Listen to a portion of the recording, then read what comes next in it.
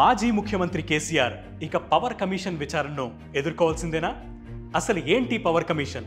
దీన్ని రద్దు చేయాలంటూ కేసీఆర్ ఎందుకు డిమాండ్ చేస్తున్నారు? కేసీఆర్ పిటిషన్ను హైకోర్టు ఎందుకు కొట్టేసింది? గత బీఆర్ఎస్ ప్రభుత్వ హయాంలో ఛత్తీస్గఢ్ నుంచి కరెంటు కొనుగోలు సహా రాష్ట్రంలో భద్రాద్రి, యాదాద్రి విద్యుత్ కేంద్రాల నిర్మాణంలో అవకతవకలు జరిగాయని కాంగ్రెస్ ప్రభుత్వం వాదిస్తోంది. ఈ ఒప్పందం వల్ల 2600 కోట్ల మేర నష్టం జరిగిందన్నది ప్రధాన ఆరోపణ. దీనిపై విచారణ జరిపించడానికి పట్నా హైకోర్టు మాజీ ప్రధాన న్యాయమూర్తి జస్టిస్ ఎల్ నరసింహారెడ్డి ఆధ్వర్యంలో పవర్ కమిషన్ను ఏర్పాటు చేసింది తెలంగాణ ప్రభుత్వం. దీనిపై విచారణ ప్రారంభించిన కమిషన్ విద్యుత్ కొనుగోలు, పవర్ ప్రాజెక్టుల నిర్మాణంపై దాదాపు 28 మంది నుంచి వివరాలు సేకరించింది. ఇందులో భాగంగా మాజీ ముఖ్యమంత్రి కేసీఆర్కు కూడా జూన్ 11న కమిషన్ మొదటిసారిగా లేఖ రాసింది. అయితే ఈ కమిషన్ ఏర్పాటు సహా విద్యుత్ కొనుగోళ్లపై వివరణ కోరడంపై కేసీఆర్ తీవ్ర అభ్యంతరాలు వ్యక్తం చేశారు. విద్యుత్ రంగంలో గణనీయ మార్పు చూపించిన బీఆర్ఎస్ ప్రభుత్వ ప్రయత్నాన్ని తక్కువ చేసి చూపించేందుకు కాంగ్రెస్ ప్రభుత్వం ప్రయత్నిస్తోందని విమర్శించారు. సాంప్రదాయాలకు విరుద్ధంగా విచారణ పూర్తి కాకముందే జస్టిస్ నరసింహారెడ్డి జూన్ 11న మీడియా సమావేశం పెట్టి వివరాలు బహిర్గతం చేయడాన్ని కేసీఆర్ తీవ్రంగా ఆక్షేపించారు.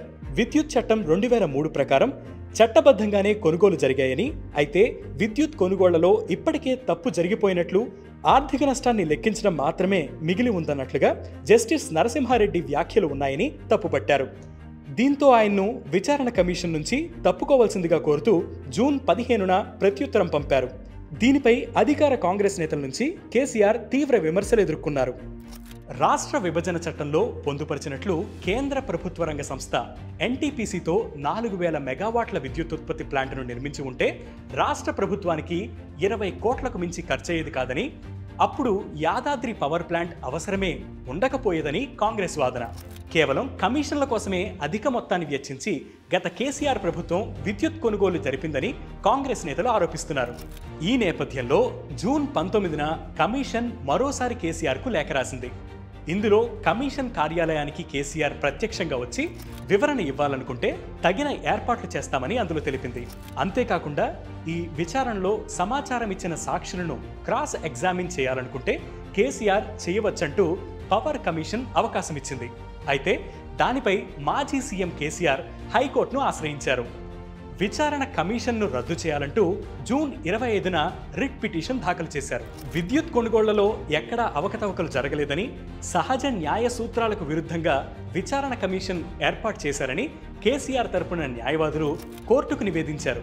అయితే నిబంధనల ప్రకారమే విచారణ జరుగుతోందని, ట్రాన్స్కో, జెన్కో అధికారులను సైతం కమిషన్ విచారించిందని, దీన్ని కొనసాగిస్తేనే అసలు విషయాలు బయటపడతాయని ప్రభుత్వం తరపున తెలంగాణ ప్రభుత్వ అడ్వకేట్ జనరల్ వాదనలు వినిపించారు. ఏజీ వాదనలతో ఏకీభవించిన high court chief justice bench KCR పిటిషన్ను కొట్టివేస్తూ ఉత్తర్వులిచ్చింది. దీంతో తదుపరి కమిషన్ కోరిన సమాచారాన్ని కేసీఆర్ అందజేసి కమిషన్ విచారణకు సహకరిస్తారా, లేక హైకోర్టు ఉత్తర్వులపై సుప్రీంకోర్టును ఆశ్రయిస్తారా అన్నది లెట్స్ వెయిట్ అండ్ సీ.